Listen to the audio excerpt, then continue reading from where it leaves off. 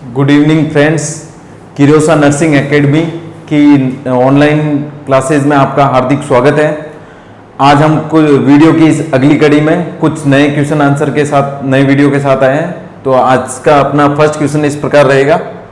वो first question है अपना, in hospital waste human body tissues are discarded in which bag. Question में पूछा गया है हॉस्पिटल वेस्ट है कौन सा, ह्यूमन बॉडी वाला, ह्यूमन बॉडी या कुछ टिश्यूज है तो वो कौन से बैग के अंदर आप डिस्कार्ड करोगे। तो ऑप्शन ए में है ब्लैक बैग, ऑप्शन बी है ब्लू बैग, ऑप्शन सी है येलो, ऑप्शन डी है रेड। तो जितने भी टिश्यूज होंगे या बॉडी पार्ट होंगे या ब्लड कंटेंट से रिलेटेड है, कुछ भी कंटेंट इन्फेक्टेड है तो उसको अपन येलो बैग के अंदर डिस्कार्ड करते हैं। किस में करते हैं? येलो बैग में, क्योंकि येलो बैग को अपन इंसिनरेट करते हैं, इंसिनरेशन करते हैं ताकि इसका रिसाइकल नहीं हो। तो जितने भी जैसे अपने बॉडी पार्ट्स हैं, कोई भी एम्पुटेशन किया हो या कोई ब्लड कंटेंट वाली ये कॉटन हो या अगर ब्लड से रिलेटेड पट्टियाँ जो आपने ड्रेसिंग की है वो यूज की है तो वो सब येलो बैग के अंदर जाएगा। तो इसका जो करेक्ट आंसर होगा वो ऑप्शन सी होगा, येलो। नेक्स्ट क्वेश्चन है आपका, nosocomial infection are also known as. जो नोजोकोमियल इन्फेक्शन होता है उसको किस प्रकार का इन्फेक्शन कहते हैं, उसका फर्दर नेम क्या है या दूसरा नाम क्या है। ऑप्शन ए में है वायरल इन्फेक्शन, ऑप्शन बी में है बैक्टीरियल इन्फेक्शन, ऑप्शन सी में है hospital acquired infection, option D है ऑल ऑफ अबव। तो नोजोकोमियल इन्फेक्शन है जो कि हॉस्पिटल से आपको अर्जित होता है या हॉस्पिटल एक्वायर्ड होता है। आपको हॉस्पिटल के थ्रू अगर आपको कोई भी इन्फेक्शन होता है तो उसको बोलते हैं नोजोकोमियल इन्फेक्शन। क्या कहेंगे? Nosocomial infection. तो इसका जो करेक्ट आंसर होगा वो हो जाएगा आपका option C, hospital acquired infection. और कभी कभी ये पूछते हैं कि जो हॉस्पिटल एक्वायर्ड इन्फेक्शन है वो कब मीन्स कहां से कहां तक मानते हैं, किस ड्यूरेशन से लेके जो इन्फेक्शन होगा तो वो हॉस्पिटल एक्वायर्ड होगा। तो वो हो जाएगा आपका आफ्टर 48 आवर्स। अगर पेशेंट 48 आवर्स तक हॉस्पिटल के अंदर है और 48 आवर्स के बाद में अगर उसको कोई भी इन्फेक्शन होता है, चाहे वो निमोनिया हो या यूटीआई हो, कुछ भी किसी भी प्रकार का, अगर हॉस्पिटल में 48 आवर्स रहने के बाद अगर इन्फेक्शन होता है तो वो कहलाएगा आपका नोजोकोमियल इन्फेक्शन। नेक्स्ट क्वेश्चन की तरफ मूव करते हैं अपन। थर्ड क्वेश्चन है आज का अपना, after preparation of measles vaccine should be used for. एक मीजल्स की वैक्सीन है उसको आपने कॉन्स्टिट्यूट किया है, रिकॉन्स्टिट्यूट किया है उसको यूज के लिए, तो वो पूछ रहा है कि उसको यूज कब तक कर सकते हैं, मतलब कितने घंटे तक आप उसको यूज में ले सकते हैं। Option A within 4 hours, option B 7 hours, option B within 2 hours, option D है विद इन 1 आवर। तो जो मीजल्स की जो वैक्सीन है वो बेसिकली 4 आवर्स तक आप उसको यूज में ले सकते हैं। कितने घंटे तक? विद इन 4 आवर्स के अंदर। तो इसका जो करेक्ट आंसर हो जाएगा वो हो जाएगा option A within 4 hours. 4 hours तक आप उसको यूज में ले सकते हैं। अगर उसके बाद आपको अगर यूज करना है, आपने रिकॉन्स्टिट्यूट कर दिया है और 4 आवर्स से ज्यादा हो गया तो आप उसको डिस्कार्ड कर दीजिए, नई वैक्सीन है उसको रिकॉन्स्टिट्यूट कीजिए और फ्रेशली यूज कीजिए, क्योंकि विद इन 4 आवर्स के बाद में वो प्रेसिपिट हो जाएगा या फिर यूज के लिए लायक नहीं है तो आप उसको डिस्कार्ड करना है। नेक्स्ट क्वेश्चन है, the system of storing and transporting of vaccine is termed as. एक ऐसा सिस्टम जिसके अंदर आप वैक्सीन्स को स्टोर कर रहे हैं और उसको ट्रांसपोर्ट कर रहे हैं, तो ऐसा सिस्टम क्या कहलाएगा। ऑप्शन ए में है कूल चेन, ऑप्शन बी है कोल्ड चेन, ऑप्शन सी है फ्रीजर चेन, ऑप्शन डी है वैक्सीनेशन। तो बेसिकली जो अपन वैक्सीन्स को जो स्टोर कर रहे हैं या ट्रांसपोर्ट कर रहे हैं तो हमारे पास एक तो होता है वैक्सीन कैरियर। क्या होता है? वैक्सीन कैरियर या फिर डे केयर्स होते हैं, कुछ बैग्स होते हैं जिसके अंदर अपन वैक्सीन को प्रिवेंट करते हैं ताकि उनकी पोटेंसी और एफिशिएंसी कम नहीं हो। तो इस प्रकार की जो चेन बनती है उसको हम कहते हैं कोल्ड चेन। क्या कहते हैं? Cold chain. तो इसका जो करेक्ट आंसर हो जाएगा वो हो जाएगा option B, cold chain. Cold chain के अंदर हम वैक्सीन को स्टोर भी करते हैं और उसको एक स्थान से दूसरे स्थान पे ट्रांसपोर्ट भी करते हैं। तो इसका करेक्ट आंसर हो जाएगा आपका option B, cold chain. Next question की तरफ मूव करते हैं। नेक्स्ट क्वेश्चन है आपका, how many element are there in communication. Communication के अंदर कितने प्रकार, कितने एलिमेंट्स होते हैं? तो ऑप्शन ए में 5, ऑप्शन बी में 7, ऑप्शन सी है 8, ऑप्शन डी है 6। तो इसके अंदर मेनली जो इसके जो एलिमेंट है वो 5 होते हैं। कितने होते हैं? 5 होते हैं। वो कौन कौन से हैं? फर्स्ट वन है sender, message, channel, receiver and last one है फीडबैक। तो मेनली जो इसके जो एलिमेंट है वो 5 एलिमेंट होते हैं। फर्स्ट वन है सेंडर, जो कि आपको कोई भी आपकी जो इंफॉर्मेशन है उसको आगे की तरफ सेंड करता है। वो एक मैसेज के रूप में होती है, मैसेज फॉर्म में होती है वो। तो मैसेज भी एक प्रकार का एलिमेंट हो गया। और फिर वो वाया मीडिया आप उसको ट्रांसपोर्ट कर रहे हो, भेज रहे हो, वो चैनल हो जाएगा आपका। एक मैसेज होगा, वो चैनल के थ्रू आप उसको भेज रहे हो, तो चैनल भी इसका एलिमेंट हो जाएगा। और जो उस इंफॉर्मेशन को कलेक्ट कर रहा है वो हो जाएगा आपका रिसीवर। और जब वो रिसीवर कोई भी सूचना प्राप्त कर लेगा या कोई इंफॉर्मेशन कलेक्ट कर लेगा, उसके बाद में उसका जो रेस्पॉन्स होगा उसको अपन कहेंगे फीडबैक। तो इसका जो करेक्ट आंसर हो जाएगा वो हो जाएगा आपका ऑप्शन ए 5। तो इसका करेक्ट आंसर है ऑप्शन ए 5। इसके मेनली जो 5 एलिमेंट होते हैं कम्युनिकेशन के। और कम्युनिकेशन का भी कभी कभी डायरेक्टली पूछ सकते हैं, व्हाट इज कम्युनिकेशन। तो आप जितने भी जो आइडियाज होते हैं, आपकी जो बातें होती है, आपका जो भी नॉलेज है, अगर आप 1% टू अनदर पर्सन अगर आप शेयर करते हो तो उसको बोलते हैं कम्युनिकेशन। और इसमें पूछा है कम्युनिकेशन का जो प्रोसेस है उसके एलिमेंट कितने हैं, तो वो 5 होते हैं। नेक्स्ट क्वेश्चन है आपका, in the process of communication by which the receiver despairs. Means अब ये कहना चाहता है कि कम्युनिकेशन का जो प्रोसेस है उसके अंदर रिसीवर जो भी रीड करता है, डिस्पेयर्स का मीन्स यहां पे रीड करना। क्या होता है? रीड करना। ठीक है। तो जो भी इंफॉर्मेशन है, जो भी आपको आइडियाज मिले हैं रिसीवर को, वो अगर रीड करता है तो वो कौन सी कम्युनिकेशन का प्रोसेस होगा? Option A decoding, option B feedback, option C encoding, option D है मैसेज। तो अभी मैंने बताया था कि कोई भी मैसेज अगर आपको किसी भी कोड के रूप में मिलता है, अब यहां पे रिसीवर को मिल गया है, उसने उसको रीड कर लिया है, रिसीवर ने अपना मैसेज रीड कर चुका है, तो वो क्या कहलाएगा? डिकोड।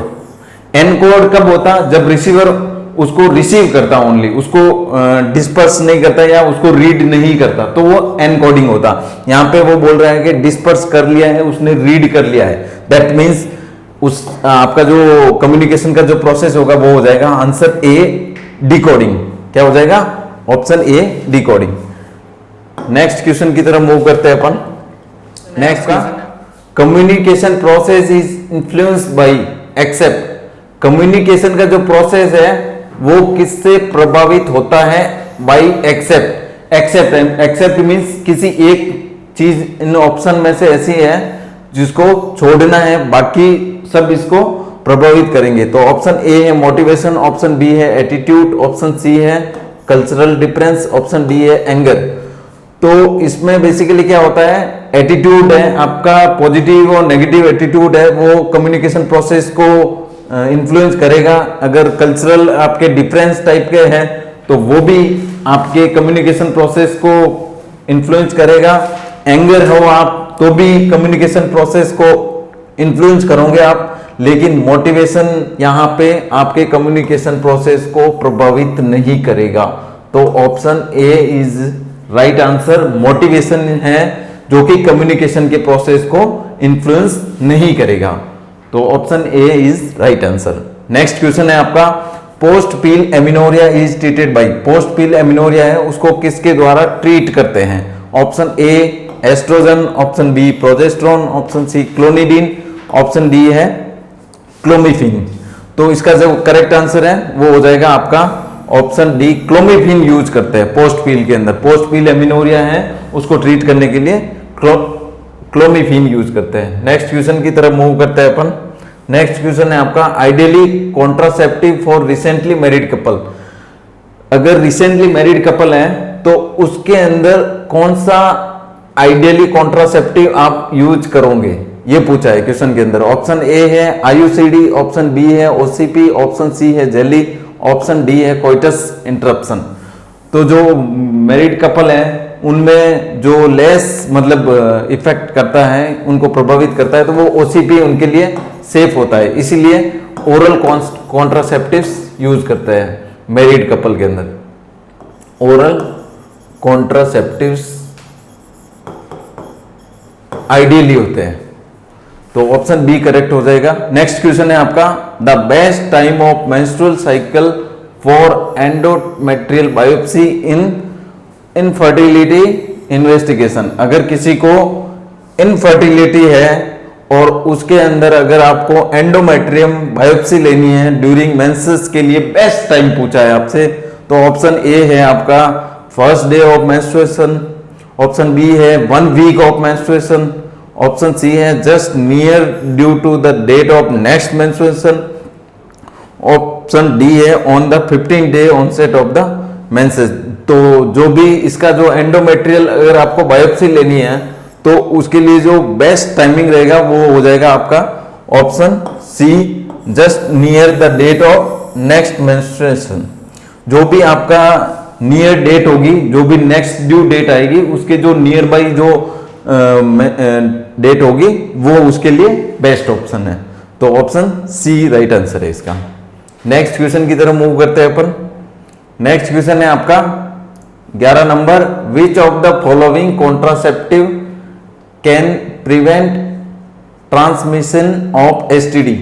कौन सा कॉन्ट्रासेप्टिव है जो कि प्रिवेंट करता है transmission of STD, sexual transfer disease होती है उनको ट्रांसमिशन से कौन सा कॉन्ट्रासेप्टिव है जो कि प्रिवेंट करेगा? तो ओरल पील है वो नहीं करती है, ऑप्शन बी में कॉपर टी, ऑप्शन सी है सर्वाइकल कैप, ऑप्शन डी है कंडोम। तो कॉन्डोम होगा इसका करेक्ट आंसर। क्या हो जाएगा? कॉन्डोम है जो कि आपको एसटीडी से प्रिवेंट करता है, ये कॉन्ट्रासेप्टिव। नेक्स्ट क्वेश्चन है आपका, commonest complication of IUD insertion. IUD होते हैं इंट्रा यूटेराइन डिवाइस होती है जो कि कॉन्ट्रासेप्शन में यूज करते हैं, तो उसका मोस्ट कॉमन कॉम्प्लिकेशन क्या होगा? Option A pain, option B bleeding, option C perforation, option D है एटोपिक प्रेगनेंसी। तो जो मोस्ट कॉमनेस्ट अगर पूछा है तो ब्लीडिंग होती है। क्या होता है? ब्लीडिंग है जो मोस्ट कॉमन होती है। क्या होगी? Bleeding most common. देन उसके बाद में अगर पूछता है second most common, then pain. First commonest पूछा है तो ब्लीडिंग हो जाएगा, अगर सेकंड कॉमनेस्ट पूछा है तो पेन हो जाएगा। तो इसका जो करेक्ट आंसर होगा वो option B bleeding. Next question है आपका, case finding in RNTCP is based on. Case finding अगर ये इसका ट्यूबरकुलोसिस का रिवाइज्ड नेशनल ट्यूबरकुलोसिस का जो प्रोग्राम है उसमें अगर केस फाइंडिंग करना है तो वो किस बेस पे करेंगे उसके बारे में पूछा गया है। ऑप्शन ए है sputum culture, option B chest X-ray, option C sputum microscopy, option D है मॉन्ट्रेक्स टेस्ट। तो जो रिवाइज्ड नेशनल ट्यूबरकुलोसिस प्रोग्राम है उसके अंदर आपको अगर केस फाइंडिंग करनी है तो आपको स्पुटम माइक्रोस्कोपी करना पड़ेगा। क्या होगा? स्पुटम की माइक्रोस्कोपी करनी पड़ेगी, उसके थ्रू आप केस को फाइंड कर सकते हो कि टीबी के कौन कौन से मरीज है या कौन से पॉजिटिव केसेस है। नेक्स्ट क्वेश्चन है आपका, the period of maximum infectivity of in mumps is during. Mumps के अंदर मैक्सिमम इन्फेक्टिविटी कब होती है, उसका पीरियड पूछा है। Option A onset of swelling, option B incubation period, option C है after swelling appear, option D है प्रोडर्मल पीरियड। तो मम्स है जो एक प्रकार का वायरल इन्फेक्शन होता है जिसके अंदर ये मेनली बच्चों को इन्फेक्ट करता है, और इसके अंदर जो पैरोटिड ग्लैंड होती है, क्या होती है, जो पैरोटिड ग्लैंड्स होती है, पैरोटिड ग्लैंड है वो स्वेलिंग हो जाती है, सोलन हो जाती है, पैरोटिड ग्लैंड का सोलन हो जाता है दोनों साइड में। तो इसमें पूछा है मैक्सिमम इन्फेक्टिविटी, इन्फेक्शन की जो चांसेस है वो मैक्सिमम कब होंगे, तो ऑप्शन ए इसका करेक्ट आंसर हो जाएगा। जैसे ही आपके पैरोटिड ग्लैंड की जो स्वेलिंग है उसका ऑनसेट हो जाएगा तो वहां से उस पीरियड को अपन मैक्सिमम इन्फेक्टिविटी मान सकते हैं। तो करेक्ट आंसर हो जाएगा option A, onset of swelling. Next question है आपका, immunisation is method of, immunisation है वो किस प्रकार का मेथड है। Option A primary prevention, option B secondary prevention, option C है टर्सरी प्रिवेंशन, ऑप्शन डी है ऑल ऑफ एबो। तो इसमें मैं बेसिकली आपको चारों ऑप्शन समझा देता हूं। प्राइमरी के अंदर जो आते हैं वो आता है हेल्थ एजुकेशन, हेल्थ एजुकेशन आ जाएगा, हेल्थ प्रमोशन आ जाएगा, हेल्थ प्रमोशन आ जाएगा, और इसके अंदर वैक्सीनेशन भी आ जाएगा। जो भी आप हेल्थ एजुकेशन किसी को प्रोवाइड करते हो या कोई हेल्थ प्रमोट करते हो आप, तो वो कौन से प्रिवेंशन में आएगा, प्राइमरी प्रिवेंशन के अंदर। सेकेंडरी प्रिवेंशन के अंदर आएगा आपका अर्ली डायग्नोसिस एंड ट्रीटमेंट, क्या आएगा, अर्ली डायग्नोसिस एंड ट्रीटमेंट। कोई भी केस है उसके लिए आप कोई स्क्रीनिंग टेस्ट कर रहे हो या उसकी फाइंडिंग के लिए कोई भी डायग्नोसिस कर रहे हो, और अर्ली से अर्ली अगर उसका आप ट्रीटमेंट स्टार्ट कर देते हो तो वो आ जाएगा आपका सेकेंडरी प्रिवेंशन। और टर्सरी प्रिवेंशन के अंदर आ जाएगा आपका, टर्सरी के अंदर आ जाएगा रिहेबिलिटेशन, रिहेबिलिटेशन। जो भी रिहेबिलिटेशन के जो प्रोग्राम होते हैं, रिहेबिलिटेशन मीन्स जितने भी जैसे कुछ एम्पुटेशन हुआ है उसके बाद में वो कैसे उसको मूव करेगा या आगे की लाइफ उसकी कैसे रहेगी, तो उसको कुछ रिहेबिलिटेटिव प्रोग्राम्स के थ्रू उसको मोटिवेट किया जाता है, तो वो आ जाएगा आपका टर्सरी प्रिवेंशन के अंदर। और ऑप्शन डी था आपका ऑल ऑफ एबो। तो इसमें इम्यूनाइजेशन है, जो आप बीमारी को ऑनसेट होने से पहले ही आप उसको एक प्रोफाइलैक्सिस के थ्रू आप उसको प्रिवेंट कर रहे हो, तो इसका करेक्ट आंसर हो जाएगा ऑप्शन ए, प्राइमरी प्रिवेंशन। बाकी मैंने चारों बता दिया आपको। नेक्स्ट क्वेश्चन है आपका, in which longest bone in human body, human body के अंदर लॉन्गेस्ट बोन कौन सी होती है, सबसे लंबी बोन कौन सी होती है। Option A humerus, B femur, C tibia, D fibula. तो फीमर है इसका करेक्ट आंसर। फीमर को अपन लॉन्ग बोन बोलते हैं, क्या बोलते हैं, लॉन्ग बोन।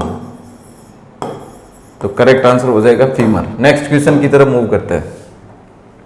नेक्स्ट क्वेश्चन है आपका, rice water stools typically finding in case of, जो राइस लाइक वाटर है उस टाइप का स्टूल कौन सी फाइंडिंग के अंदर आपको देखने को मिलेगा। तो option A typhoid, option B amoebiasis, option C cholera, option D tetanus. तो मैंने कुछ मेरे पहले वीडियो में भी कुछ बताया था आपको कि कोलेरा एक प्रकार का बैक्टीरियल इन्फेक्शन है। कोलेरा के अंदर राइस टाइप का पानी जैसा वाटरी स्टूल निकलता है, राइस टाइप का वाटरी स्टूल निकलता है।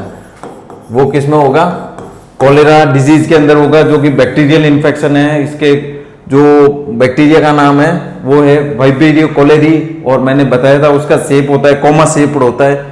तो ये सारी चीजें आपको याद रखनी है। और टाइफॉइड के अंदर कैसा होगा, पी सूप डायरिया, कैसा हो जाएगा, पी सूप डायरिया। ये भी कभी कभी देखने को क्वेश्चन आपको मिल सकता है कि पी सूप डायरिया किस में देखने को मिलेगा, तो वो हो जाएगा आपका टाइफॉइड। और rice like water, rice watery stool, वो कोलेरा के अंदर। नेक्स्ट क्वेश्चन है आपका, hair colour turns to white due to absence of which pigment, किस पिगमेंट की वजह से हेयर का कलर टर्न होके व्हाइट हो जाता है? कौन से पिगमेंट के एब्सेंस में? Option A bilirubin, option B biliverdin, option C melanin, option D melatonin. तो मेलानिन एक प्रकार का पिगमेंट होता है जो कि एक कलर की तरफ कलर पिगमेंटेशन होता है। अगर उसकी एब्सेंस रहेगी तो आपके हेयर का कलर है वो चेंज होके व्हाइट हो जाता है। तो इसका जो करेक्ट आंसर है वो option C melanin. Next question है आपका, नेक्स्ट क्वेश्चन है total volume of CSF secreted in 24 hours. Total volume पूछा है सीएसएफ, सेरिब्रोस्पाइनल फ्लूइड, सेरिब्रोस्पाइनल जो फ्लूइड होता है उसका 24 आवर्स के अंदर टोटल वॉल्यूम पूछा है। Option A 500 ml, option B 1200 ml, option C 720 ml, option D 2000 ml। तो ये mainly 0.5 ml per minute secrete होता है और इसका जो करेक्ट आंसर हो जाएगा वो हो जाएगा ऑप्शन सी 720 ml। क्या हो जाएगा? ऑप्शन सी 720 ml 24 घंटे के अंदर सीक्रेट होगा पर मिनट। ये 0.5 ml पर मिनट के हिसाब से सीक्रेट होता है। नेक्स्ट क्वेश्चन है आपका, विच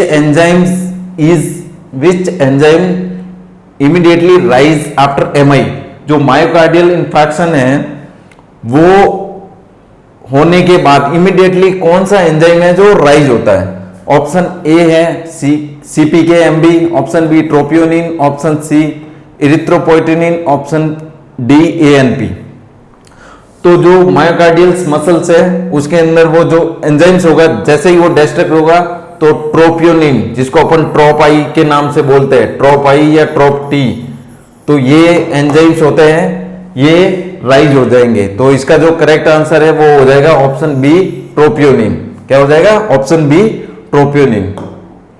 नेक्स्ट क्वेश्चन है आपका, when a person is sitting CSF pressure is about, sitting position में है कोई आदमी तो उसके अंदर सेरिब्रोस्पाइनल फ्लूइड है, उसका प्रेशर कितना होगा? बहुत ही इंपॉर्टेंट क्वेश्चन है ये। ऑप्शन ए है 10 centimetre H2O, option B 30 centimetre of H2O, option C है 10 mm of H2O, option D है 30 mm ऑफ H2O। तो सिटिंग पोजीशन के अंदर इसका जो सीएसएफ का प्रेशर होगा वो हो जाएगा 30 centimetre of H2O। Option B इसका करेक्ट आंसर होगा 30 centimetre of H2O sitting position के अंदर। नेक्स्ट क्वेश्चन है आपका, सीएसएफ फाउंड इन, सीएसएफ है वो कहां पे आपको देखने को मिलेगा? फाउंड कहां पे होगा या कहां मिलता है देखने को? ऑप्शन ए है एपिड्यूरल स्पेस, ऑप्शन बी है सबड्यूरल स्पेस, ऑप्शन सी है सब एरेक्नोइड स्पेस, या ऑप्शन डी है ऑल ऑफ एबो या ऑल। तो इसका सीएसएफ आपका है जो सब एरेक्नोइड स्पेस के अंदर देखने को मिलेगा। कहां पे देखने को मिलेगा? सब एरेक्नोइड स्पेस। तो इसका करेक्ट आंसर हो जाएगा ऑप्शन सी सब एरेक्नोइड स्पेस। नेक्स्ट क्वेश्चन है आपका, if a person move from lying position to sitting position what?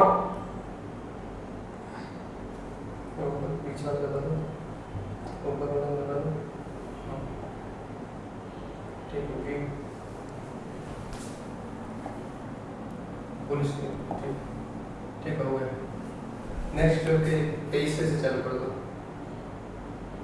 आप बाहर चले जाइए। हाँ, नेक्स्ट करके 23 से चालू कर दो। नेक्स्ट क्वेश्चन है आपका, if a person move from lying position to sitting position what effect will be seen in the CSF pressure. अब पूछ रहा है कि अगर कोई पर्सन लाइन मींस लेटा हुआ है और वो बैठ जाता है टू सिटिंग पोजीशन, लेटा हुआ इंसान या व्यक्ति अगर बैठ जाता है तो उसके सीएसएफ प्रेशर पे क्या इफेक्ट होगा? Option A increase, option B decrease, option C unchanged, option B may be increase और डिक्रीज। तो बेसिकली जो प्रेशर होगा अगर लाइन में होगा तो थोड़ा कम होगा और जैसे ही वो सिटिंग पोजीशन में आएगा तो उसका प्रेशर हमेशा बढ़ जाता है, सीएसएफ प्रेशर है जो कि बढ़ जाएगा। तो ऑप्शन ए है इसका करेक्ट आंसर, सीएसएफ का जो प्रेशर है वो इंक्रीज हो जाएगा। नेक्स्ट क्वेश्चन है आपका, temperature regulating centre of the body. जो आपकी बॉडी के अंदर जो हीट रेगुलेशन है या टेम्परेचर का जो नियमन करते हैं उसको रेगुलेट करता है, वो सिस्टम सेंटर कौन सा है? Option A medulla oblongata, option B thalamus, option C hypothalamus, option D pituitary gland. तो हाइपोथैलेमस होता है जो कि आपके temperature, hunger,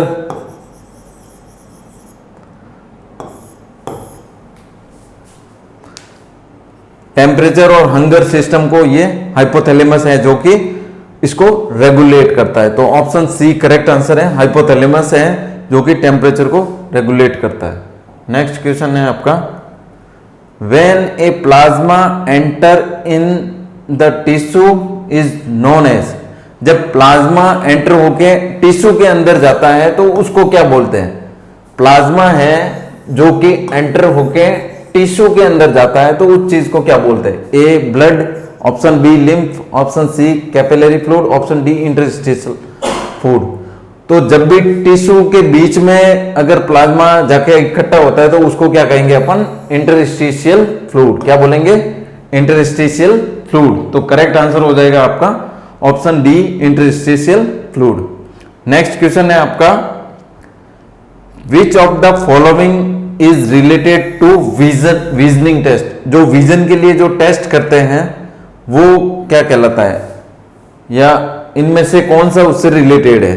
option A acetic acid, option B litmus paper, option C tuning fork, option D Snellen chart. Snellen chart है जो कि vision test के लिए यूज करते हैं। एक प्रकार का बोर्ड होता है जो कि निश्चित दूरी पे रखा जाता है, फिर सामने किसी जो भी पेशेंट है या जो भी आईज रिलेटेड कुछ विजन प्रॉब्लम है तो वो देख सकता है।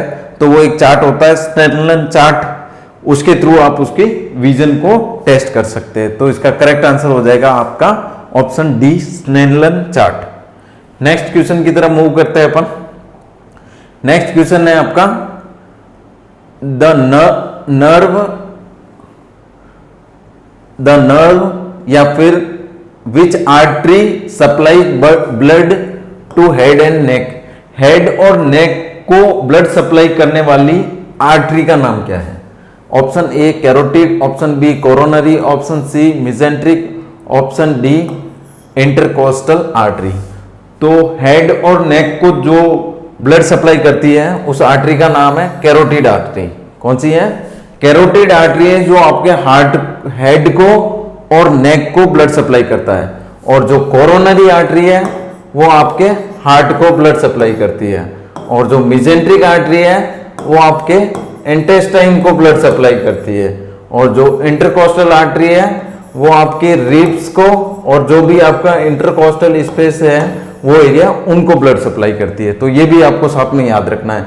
कैरोटिड हमेशा हेड को और नेक को ब्लड सप्लाई करेगी, कोरोनरी हार्ट को करेगी, मिजेंट्रिक आपके इंटेस्टाइन को करेगी, और इंटरकोस्टल आर्टरी है जो रिब्स और इंटरकोस्टल स्पेस को ब्लड सप्लाई करेगी। नेक्स्ट क्वेश्चन है आपका, काइमे इज कॉल्ड एस। काइमे किसको कहा जाता है या काइमे की जो टर्म है वो किसे कहते हैं? ऑप्शन ए है food in the mouth, option B food in the stomach, option D food reached in the stomach, option D है food reached in the rectum. तो बेसिकली आपके जो स्टोमक के अंदर जो फूड होगा उसको बोलते हैं काइमे। क्या बोलते हैं? स्टोमक के अंदर जो प्रेजेंट जो फूड है उसको बोलते हैं काइमे। क्या बोलेंगे? काइमे। नेक्स्ट क्वेश्चन है आपका, skull consist of how many bones. Skull होता है जो कि खोपड़ी बोलते हैं जिसको हिंदी के अंदर स्कल पूरा, उसके अंदर कितनी बोन्स होती है? How many bone. तो टोटल आपके ऑप्शन ए है 14, ऑप्शन बी है 12, ऑप्शन सी है 8 और ऑप्शन डी है 22। तो इसमें क्या है, फेस की होती है 14 बोन और साथ में 8 बोन जो क्रेनियल्स बोन होती है। कौन सी होती है? Cranial bone. क्रेनियल बोन होती है 8 वो, और 14 फेशियल बोन होती है, वो दोनों को मिला के स्कल बनता है।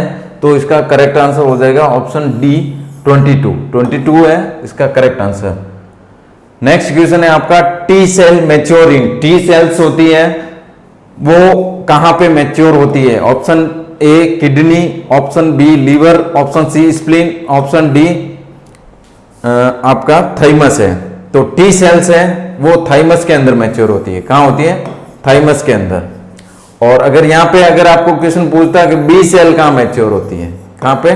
बी सेल तो वो होती है बोन मैरो के अंदर। कहां होती है? बोन मैरो के अंदर।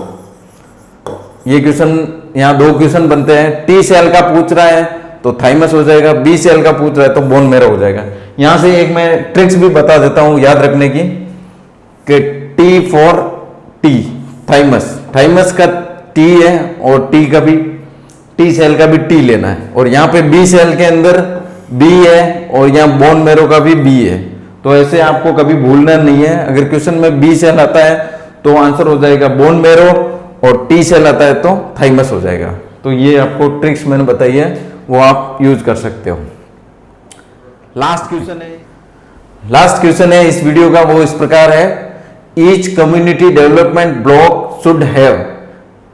एक कम्युनिटी डेवलपमेंट के अंदर ब्लॉक है, उसके अंदर कम्युनिटी सेंटर कितने होंगे? Option A 1 community centre, option B 4 community health centre, option C 3 community health centre, option D है 2 कम्युनिटी हेल्थ सेंटर। तो जो ब्लॉक के अंदर होगा उसके अंदर एक ही कम्युनिटी का हेल्थ सेंटर होगा। तो ऑप्शन ए करेक्ट आंसर है 1 कम्युनिटी हेल्थ सेंटर। इसी के साथ मैं अपने वीडियो को यहीं पे विराम देता हूं। मेरे द्वारा जो भी क्वेश्चन आपको समझाए गए हैं आप अच्छे से इनको रीड कीजिए, इनका रिवीजन करिए, क्योंकि ये आने वाले जो CHO का जो भी एग्जाम होगा उसके पॉइंट ऑफ व्यू से आपके लिए बहुत ही फायदेमंद रहेंगे। मैं आशा करता हूं कि मेरे द्वारा दी गई जानकारी आपको अच्छे से समझ में आई होगी। और अगर आपको रियल में लगता है कि मेरे द्वारा दी गई जानकारी आपके लिए हेल्पफुल है तो आप इसको लाइक, सब्सक्राइब कीजिए और शेयर जरूर कीजिए। Thank you.